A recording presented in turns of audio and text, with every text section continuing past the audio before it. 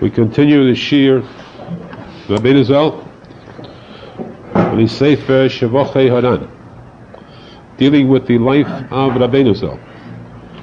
Last year we spoke about the life of Rabbi Arizal and the Istalkus, speaking about the Tzion, Rabbi Arizal's Tzion, his grave, where Rabbi Arizal had stated very emphatically that any person who visits his Tzion and says the Tikkun HaKlali, the 10 chapters of Tillim, Rabbi Arizal will guarantee to take him into Gan Eden. Of course, this would seem to imply that a Rasha, a Machal Shabbos, and a murderer would simply go to the Tzion, say the 10 chapters, he becomes cleansed, becomes a tzadik. Can a person live the life of evil with just one single act be converted to the reward of the highest tzadik? The answer is, the same guarantee holds true, that no Rasha will ever get to that Tzion. As simple as it is, a Rasha has to have emunah first before he goes there, and this was proven, as the Bir Likutim says, that he once met a person in the city of Uman who scoffed, who mocked this statement, and said, his words were, if Rabbi Arizal was that holy, then why is his grave so revealed, so open? Why isn't it like the grave of Moshe Rabbeinu, where no one can find it? Bir Likutim replied to this person, how long have you lived in this city, where the Tzion is? He answered, for a period of 40 years. They asked further, have you ever been to the Tzion? The man said, never yet. He said, there's your answer. The Tzion is hidden. It's hidden from those who do not deserve it. And as we stated, the visit to this Tzion has taken place for the past 170 years. In fact, to this very year itself, there have been visitors there. A whole minyan was there before Rosh Hashanah. We have had groups going there for a number of years, and it is our hope that we'll all be zecher to be at this Tzion too. So we stated that we're going to tell a special story told by Rabbi Kochav Lev Zal.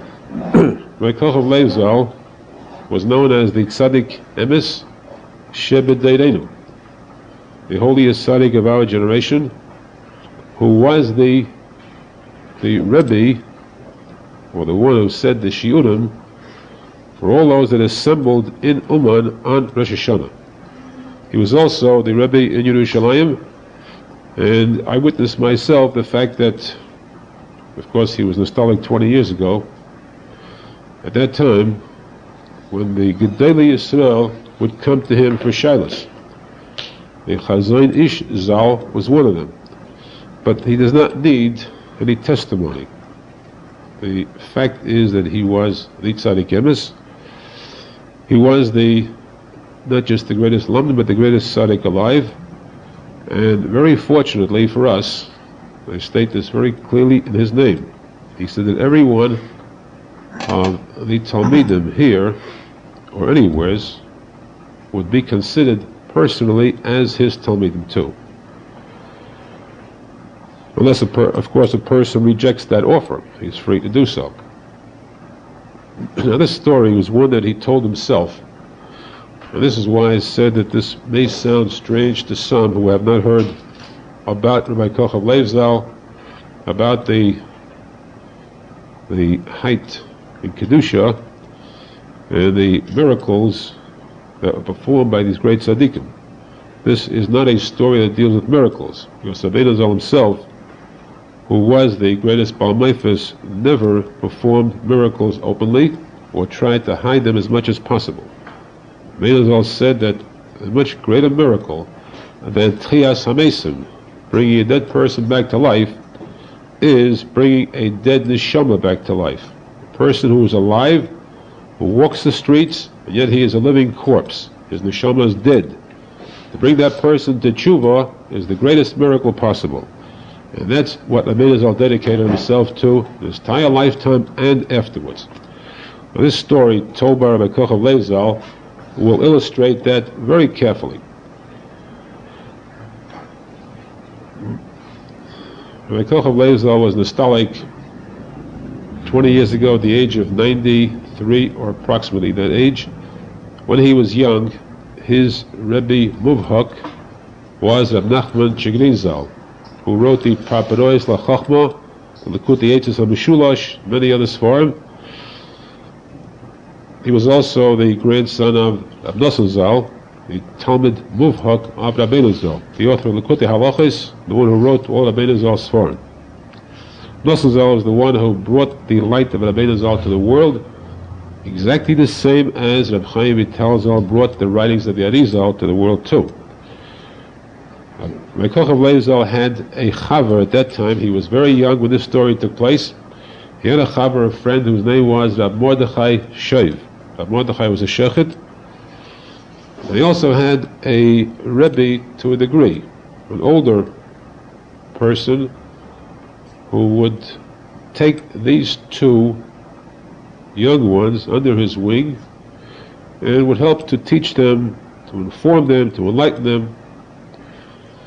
This Rebbe's name was Pinchas Yehoshua Zal. He was one of the closest Talmidim of Rav Nosson Zal. It shows that Rabbi Nachman Zal was very well acquainted with Rav Nosson Zal's Talmidim and with Rabbeinu Zal's Talmidim. This Rebbe, the Pinchas Yehoshua Zal, was older, of course, an older person. And these two, Rabbi Nachman Zal and Rabbi Mordechai, would usually go with Pinchas Yehoshua Zal to visit the Tzion of Rabbeinu Zal. They would spend a number of hours there in Tefillah, in Tilim, Tachnunim, and Tikuney Zohar, whatever was said. And of course, as I could say again, that seeing Rabbi Nachman Zal, we could see to what degree he had elevated himself with all those years of self-sacrifice, of Teda and Tefillah. Now, he told that one day, this was what the story, one of the most important incidents in his life. One day, the three went to Rabbeinu Zal's Tzion. The two young ones, Rabbi Nachman Zal and his chaver, walked out first. They waited outside of the Tzion for the Pinchas Yehoshua Zal to complete his tefillas. He stood for quite a while waiting. Then he came out, he saw them. He was very pleased that they had waited, they had not left. They walked along for just a few feet when suddenly he stopped. And they stopped too. And there came from the depth of his throat a very deep moan, a deep sigh that came from his very insides. The sigh was so awesome that they stood there petrified. They noticed that the sigh was filled with a depth too, an undertone of joy, of hope. Then, to make matters more complicated, more awesome, he stood, opened his eyes, and looked at himself with a very deep, penetrating glance. A glance that seemed to bore right through himself. And they could see that he was looking at more than his physical self. He was looking at more even than his neshama. They stood there waiting in awe for an explanation. A few minutes later, he relaxed, and he said to them, I must explain what just transpired. He said, I looked at myself just now. I was zeche, finally, after all these years of tefillah, teda, hiskadavus, Rabbeinu Zal, to be able to achieve the eyes, Einei Hashem el tzadikim, be able to see within myself my actual neshama, to see the mokar, the origin of my neshama, where it came from. And this, of course, is written very much in detail about the Arizal. Any HaKadosh was able to look at a person, any person in the world, and instantly see in his neshama exactly what its origin was when it first came to light to this world, and all the subsequent Gilgulim. A Gilgul means the reincarnation or rebirth. A person lives more than once in this world. Zohar Kodesh says that every person alive is here more than once. The Arizal says there is no person alive today who's here for the first time. Every person alive now has been here a number of times, because the original neshamas were created at the time of B'riyas Olam. They came out in subsequent order, but when they came out, they did not fulfill their mission completely. They were forced to come back in Gilgal. Zaydi Kodesh says, Gal Gal Hu Shecheza Ba'elam. The Gemara in Shabbos means Gilgul Hu Shecheza Ba'elam. Generation goes, generation comes, and this means that the generation that goes is the same one that comes back. People die and are reborn.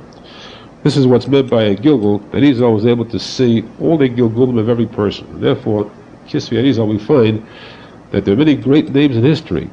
Some of the greatest Jews that lived, where we would think they are actually different people when they are really one and the same.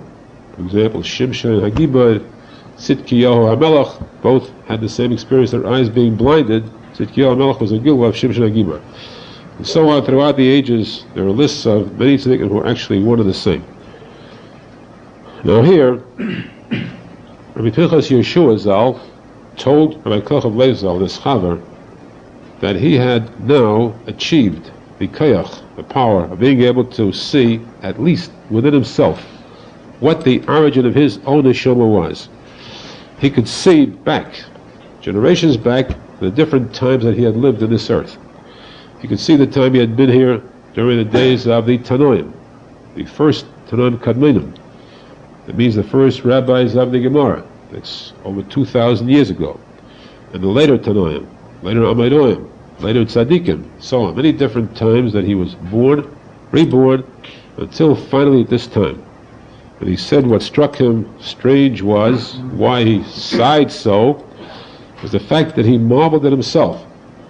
He saw that he had lived in the days of a certain Tana, the first of the Tanoim, and his neshama at that time was very impure. He had not lived a pure life. His neshama was so distorted, so stained, that it was the duty of this Tana, this tzadik at that time, to attempt to correct and to perfect his neshama. Of course, this is the main work of a tzadik. The tzadik does not concern himself with his own self. His concern is to help other Jews in need, other neshamas. And this Tana, this tzaddik at that time, worked, strived, and put in every effort possible to correct this neshama, his neshama. And after a long period of time, this tzaddik finally gave up. He cast aside his neshama. And so he was reborn again to give a second tzaddik a chance to work on him. Again, a second time he went through this same procedure. The tzaddik worked, attempted, did everything in his power, but again he could not succeed, and he cast him aside. And so a third time and a fourth time, until finally he came to this generation. And that's why he sighed, because he saw that somehow now he was finally zocher, his neshama became perfected. And he said this is all found, this can be seen in a posek in Tehillim, which very timely we said today. Note how amazingly this is shown, illustrated in this posek. The Gemara says that the tzaddikim of all generations are called bainim. They build. They are the builders of the Am Yisrael. They are the builders of the Shekhinah, the builders of the Beis HaMikdash. A tzaddik who does mitzvahs builds the Shekhinah, Kaviyachol. He builds, he adds to the Beis HaMikdash of the future. He builds to the Shekhinah, means the Knesset Yisrael. He perfects the imperfections of the Am Yisrael. So he is called the Bainim, Shalom Alav Bainoyach. Bainoyach, they are the builders of the Jews. Now, a builder, generally, he builds a home or a wall. He takes stones and fits them into this wall. If he finds a stone that is crooked, he tries to carve off the end pieces, to break them off, to smooth them out, to plane them until they will fit into this wall. At times he tries with a certain stone, and as much as he chops off bits, there still is no way this stone can be evened out to fit into the wall. And so this stone he must discard. He puts it aside. A second builder comes along. He tries too. to take the work that was not completed and to work on it himself. He too tries to cleanse it, to cut off bits of it, to straighten it out, and if he too fails, the third one tries, until it comes a time when the stone is completely cast aside. They give up hope for it. Now in this case, the Sefer Yetzirah says that the avonim, the stones, represent the neshamas of the Jews. Tishtapechna avnei kodesh paresh kol chutzais. The Gemara says means that the heavenly stones, that means the neshamas of the Jews at the time of the Churban, were cast aside. They were spread out on the streets. The Jews that were killed then, they were called avnei kodesh, holy stones. These avonim, these stones, are the neshamas which the tzadikim work on building, because as they perfect the neshamas, they too perfect the correspondingly the Shekhinah. So the first one, the first builder, the first Tana, took the neshama of Pinchas Yeshua Zal, and it was so imperfect he tried to cut off, to smooth out, to scrape off, and as much as he tried, he took off a piece of one side, the second side was crooked, which means there were so many stains all around. Wherever he took a piece off, there was still something wrong with the other side. So he got to a point where he had to give up this task, unwillingly of course, but he could not complete it, and so he was forced to come back to a second Gilgul. Again, he second siding tried, he too could not succeed, and so it went on throughout generations. He felt very sad. He wondered, why is his neshama worse than others? How come that tzaddikim could correct other neshamas, they could perfect them, they could help them? What's wrong with his own neshama that is so bad?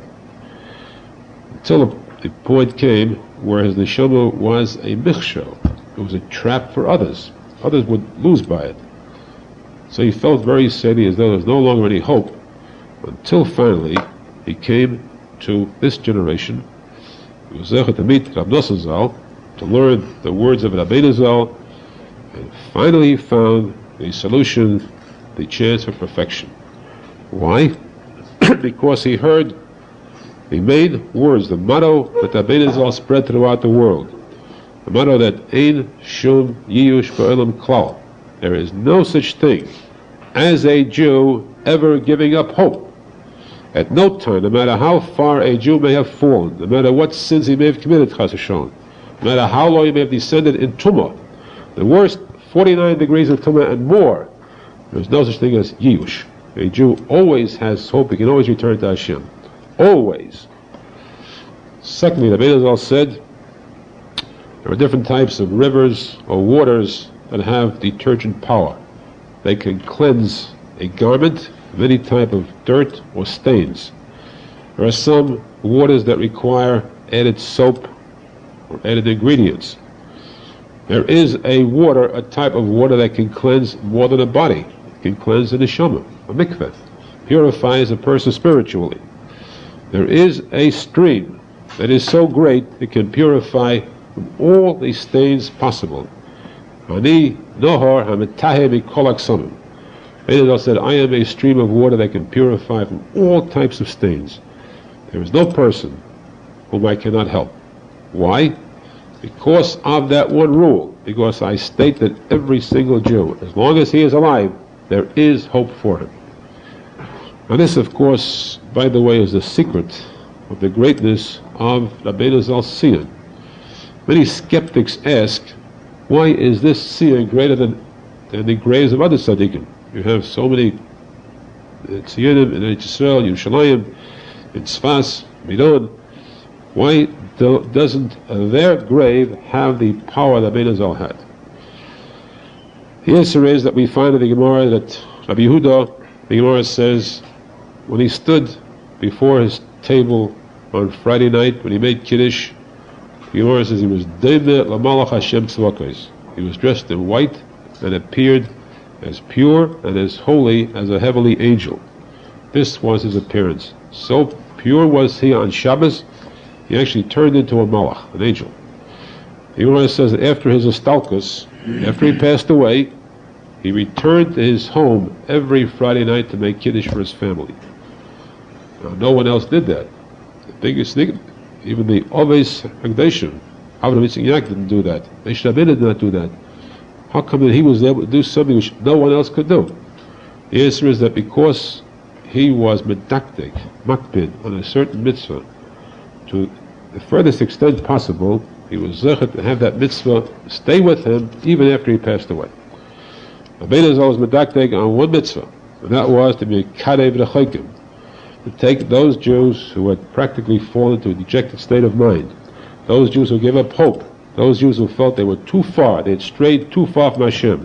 There was no longer a chance for them to return. He took those dead ones, those living corpses, and showed them there was still a ray of hope. There was still life that could be given back to them. He brought back to life the dead neshamas. And therefore, because he did that, because he dedicated his life to that sacred task, after his passing, a tzadik does not die. There's no such thing as a tzadik dying, just as David Melech Chai V'Kayim, he lives forever, so too all tzaddikim do not die. There's no death for a tzaddik because the tzaddik lives here, and the neshama continues to live there too. So in his passing, he remained the same, with the same kayach. That after his stalkus, he continued to give the same injection of tikva, of hope, the same injection of ahavat Hashem, same injection of spiritual elevation by a person coming to him, to his siyun, or the learning of his svarim. And this Sichos Yeshua said that he saw this, he realized this in the posek. We say it in Hallel. Posek says, Even, a neshama. Even ma'asu habayim. A neshama which the builders, tzadikim, despised, cast aside, Oisa l'reish pina, became the cornerstone, became the most important point of the entire building.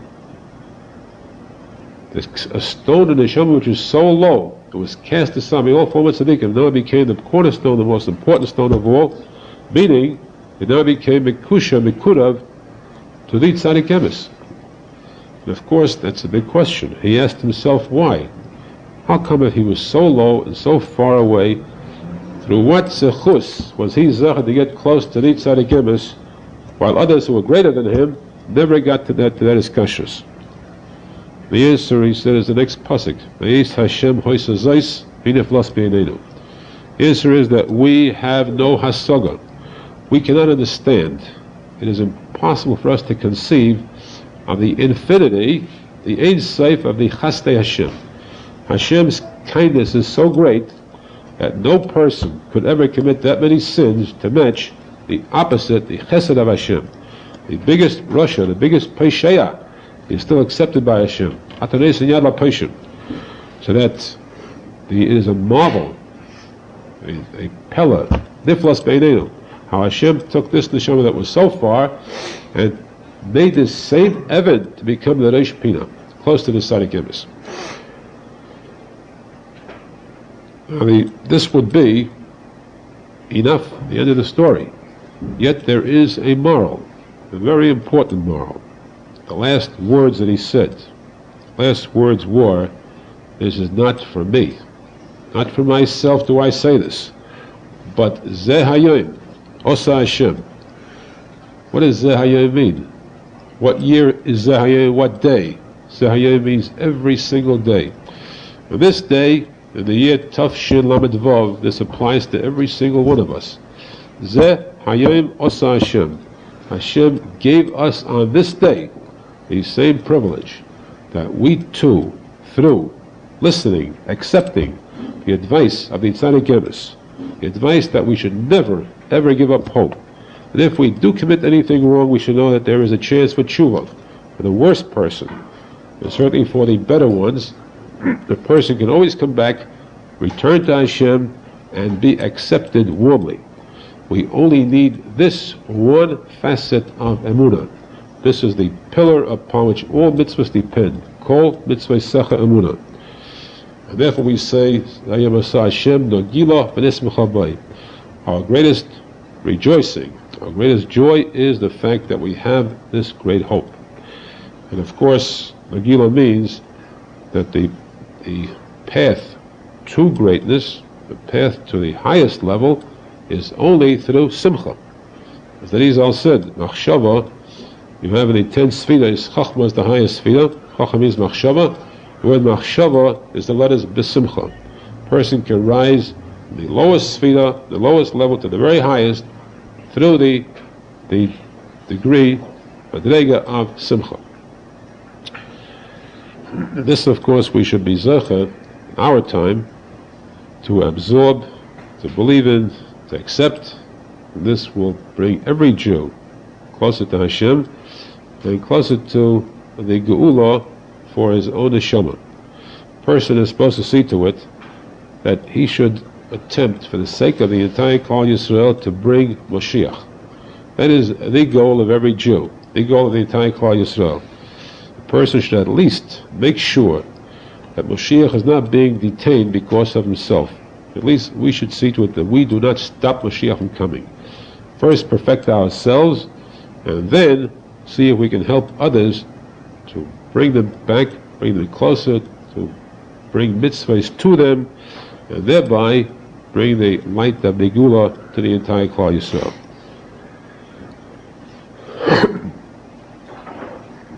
I go back to the balance of the story of Arizal's life. As we explained previously, Arizal spoke about his long milchemes hayetzer. He battled against the Yetzer Hara to destroy all of the evil qualities of a person's nature. They are known as midas rois. He told about how he destroyed them. And one fact, on one item, one of the worst, this is not a type of this, a midah is kas. One of the worst qualities of character is kas, anger, temper, because the Gemara says in the Dorim that kol hakayes ki'ilu eved avodah zarah. Person who loses his temper is tantamount to a person who worships an idol, the same as avodah zarah. And of course, this idol that Rambam says means that he's worshipping himself. Within himself, he has created an idol, and that's what he worships. It's becho kel zor. Becho means within you an idol, and this is the idol of kas. And Kaddish says that if a person goes into a kas, a fit of temper, he actually is taidef nafshei bi'apay. With his kas, he tears asunder his own neshama. To mend, to bring back to perfection the neshama after a display of kas is extremely difficult, because from then on, the mitzvahs he does have very little value. The person has to do tshuva on that, and of course the time that it takes to perfect that, it doesn't pay in the first place for a person to lose his temper. The loss is far too great. Arizal said that he tried, he worked hard, he battled his yetzer to destroy this midah of kas, to get to a point where he would never lose his temper or feel animosity towards a person who would insult him even publicly. As much as he tried, he could not perfect this completely until he got to Eretz Yisrael, and there he finally achieved the ultimate, the complete arichas apayim. And this is what Moshe Rabbeinu strove for too. The Gemara says, "Vayikar Arza." When he saw Eretz Yisrael, he saw something which drew his attention more than anything else. The Gemara says, what was that? It was erech hapayim, to have the soft nature where he would not lose his temper at all. This Rabbi Arizal achieved in Eretz Yisrael. Now, of course, this is a very delicate point too, because we know, the Rishonim say, in Pirkei Avos it says that there are daled midos, 4 types of people when it comes to deis, when it comes to temper. There is a person who would lose his temper and could be pacified very quickly, very easily. The second person would be very difficult to lose his temper, but if he does, then his temper keeps burning for a long time. There is a person who is a rasha, loses his temper easily, and then retains that temper for a long time.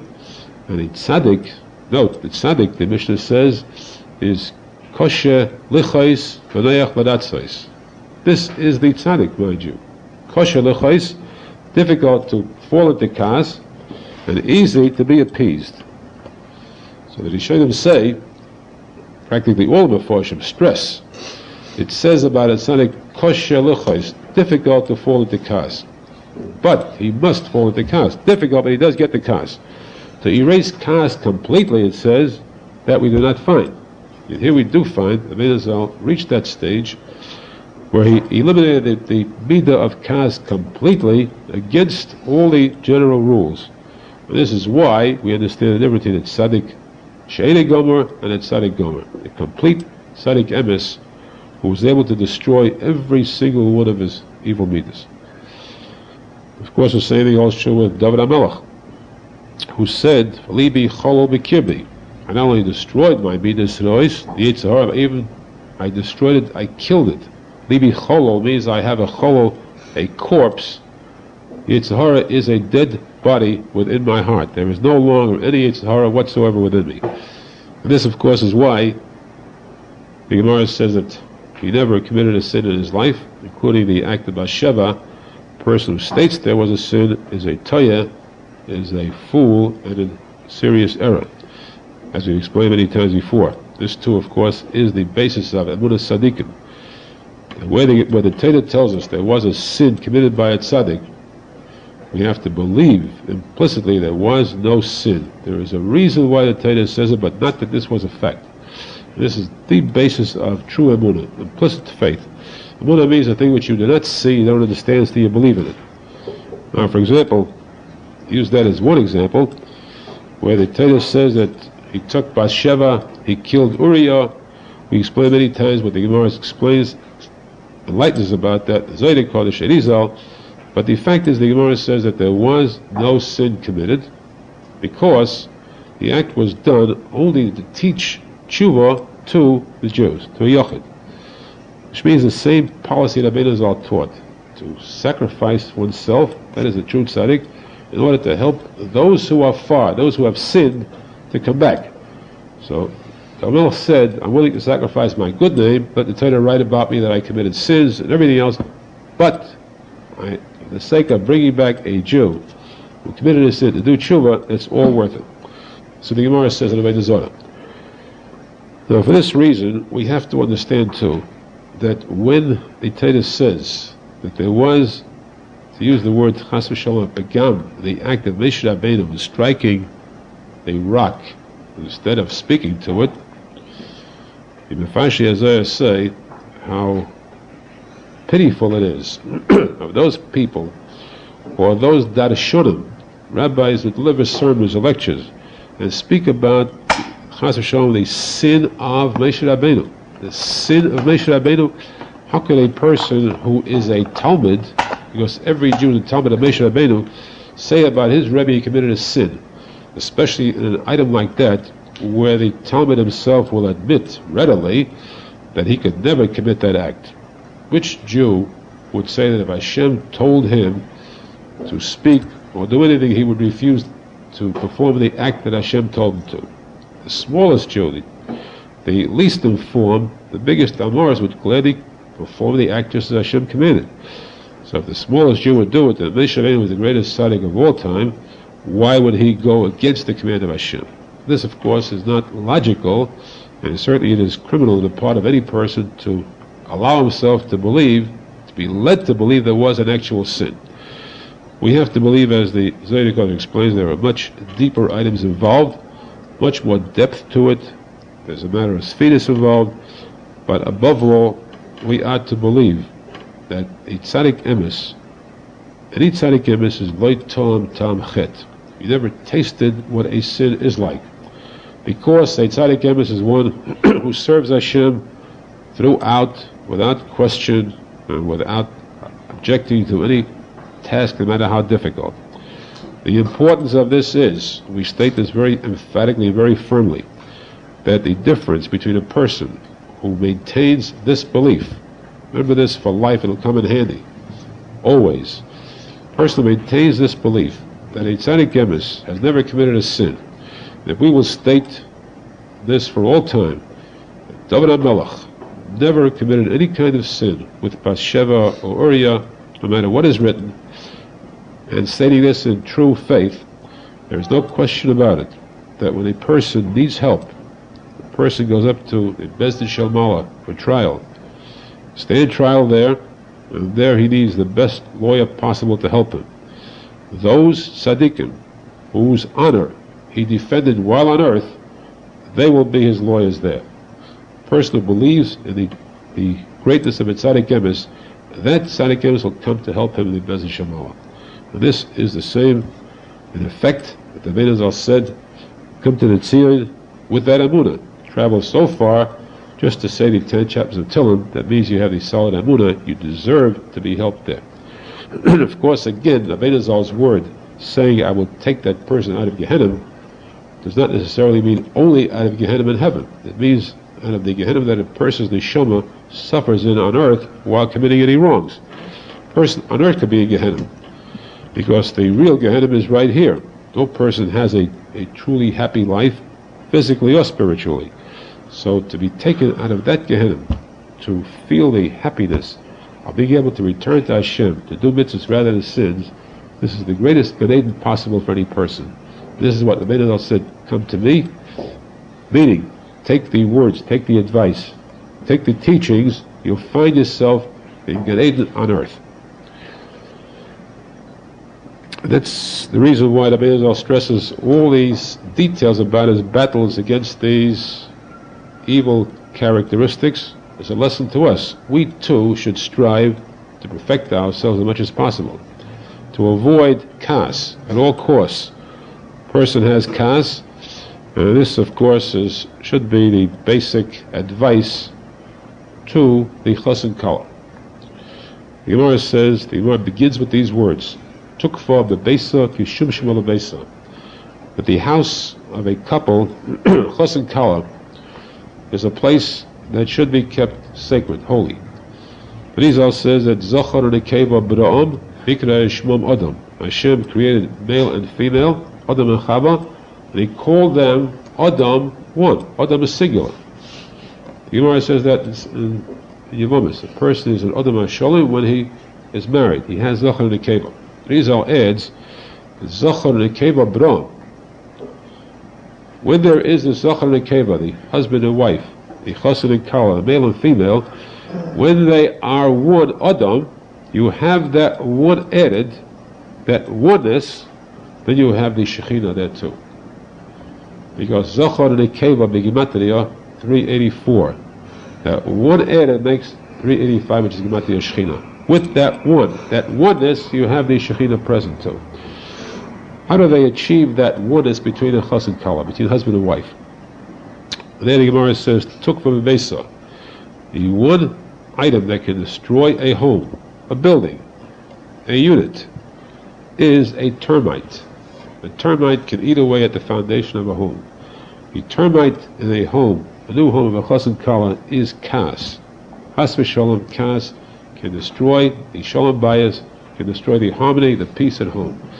So the eitzah is, in order to strengthen the home, to rid the house of any destructive force, is to control that kas, to keep a smile at all times, and to keep the shalom throughout. Torah tells us that one of the biggest mitzvahs that exist in the eyes of Hashem is Havoas Shalom B'nish L'Ishtai. If there is a husband and wife, a couple who are in conflict, where there's a battle between them, the biggest mitzvah possible is to bring peace between the two. The secret of that statement is that this is found in every single home, every husband and wife. If there is a conflict between them, the mitzvah comes up immediately. They're confronted with the chance, the opportunity to perform this mitzvah, because right there, both husband and wife can grasp at this quickly. Hava Shalom and Ish between themselves. Make peace between yourselves. You will have peace at home, plus the biggest possible mitzvah, which will be a new protective covering for yourself, inviting the Shekhinah. So you want to express this bracha, this wish to the chassan and kala, who are favorites of the group. Of course, the chassan is kohen 2, Ignatius, who was himself has the mitzvah of Kiddush to be respected as a kohen. Now when he is both a kohen and a chassid and a melech, and of course a ben Torah too, all the qualities, and certainly there is this respect coupled with this ahava, a deep affection on the part of the entire group for the chassid and the kala, and their sincerest wishes that this union should be one of achdus for eternity. We know that the zivig is one that is always, since, as we stated, we have been in this world before, every person has been married to the same person before too. So you've simply been reunited. Let's hope that this time you make real best of it, live a life of purity with the Munah and Tzadik Emes, and complete your mission with a true tiferes, which should be one of beauty and pride to the entire Klal Yisrael, the nachas of the Tzadik Emes, the true nachas in the eyes of heaven. The brachas of Hashem should be given to you with shefa, both beruchnius and begashmius. All needs, all necessities, luxuries, physically, should be yours, because we know you'll use them, utilize them for the sake of the ruchnius. We should all be zeichet to see nachas in you. This should be the beginning of many simchas throughout the entire group, culminating in a simcha klolius for the entire Klal Yisrael, the vias kol tzedek v'heda, amen v'amen.